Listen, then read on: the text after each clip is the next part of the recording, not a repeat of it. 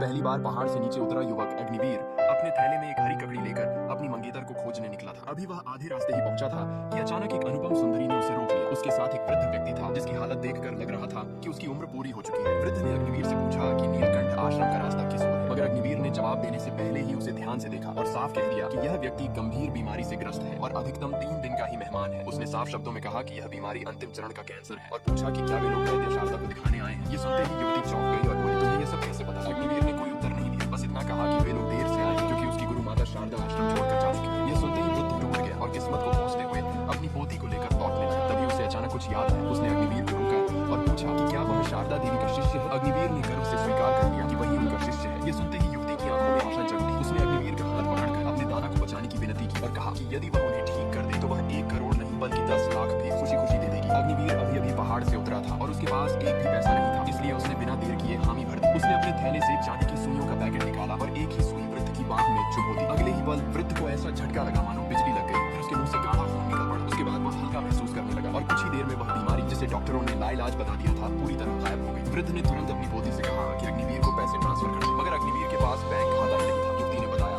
कि वे लोग देवपुर जा रहे हैं और रास्ते में अग्निवीर का खाता खुलवा देंगे। यह सुनकर अग्निवीर चौंक गया क्योंकि उसे भी देवपुर ही जाना था। उसने बताया कि वह वहां अपनी मंगेतर से मिलने जा रहा है। ये कहते हुए उसने एक पुराना विवाह अनुबंध निकाला और पूछा कि क्या वे सूर्यवंशी परिवार को जानते हैं। ये सुनते ही दादा पोती के होश उड़ गए क्योंकि उन्हें पता था कि सूर्यवंशी परिवार की बेटी की सगाई पहले ही देवपुर के सबसे बड़े उद्योगपति के बेटे से हो चुकी है और उसी दिन उसकी भव्य सगाई का आयोजन था। हालांकि उन्होंने यह बात अग्निवीर से छुपा ली और उसे सुरक्षित पहुंचाने का वादा किया। अगले ही क्षण अग्निवीर ने मंत्र पढ़ा और पल भर में कार की छत पर जा बैठा। यह दृश्य देखकर दादा पोती असमंजस में पड़ गए। उनके साथ चलते हुए अग्निवीर जल्द ही उस भव्य होटल पहुंच गया जहां सगाई का आयोजन हो रहा था। होटल की शान देखकर अग्निवीर मन ही मन सोचने लगा कि उसकी मंगेतर का परिवार वाकई बहुत संपन्न है। विदा लेते समय वृद्ध ने कहा कि भविष्य में कभी भी उनकी जरूरत पड़े तो वे लोग पूरा सहयोग करेंगे। इधर होटल में सूर्यवंशी परिवार बड़े उद्योगपति राघव मल्होत्रा के साथ रिश्तेदारी जुड़ने की खुशी मना रहा था। तभी अग्निवीर वहां पहुंच गया और सबके सामने खुद को सूर्यवंशी कन्या आर्या का मंगेतर बता दिया। आर्या ने अग्निवीर की साधारण वेशभूषा देखकर उसे पागल कह दिया और तुरंत सुरक्षा कर्मियों को बुला लिया। मगर परिवार के मुखिया हरिवंश सूर्यवंशी को 20 साल पुरानी बात याद आ गई। 20 वर्ष पहले जब हरिवंश मृत्यु के कगार पर था तब उसने शारदा देवी से प्राण बचाने की गुहार लगाई थी। शारदा देवी ने दिव्य शक्ति से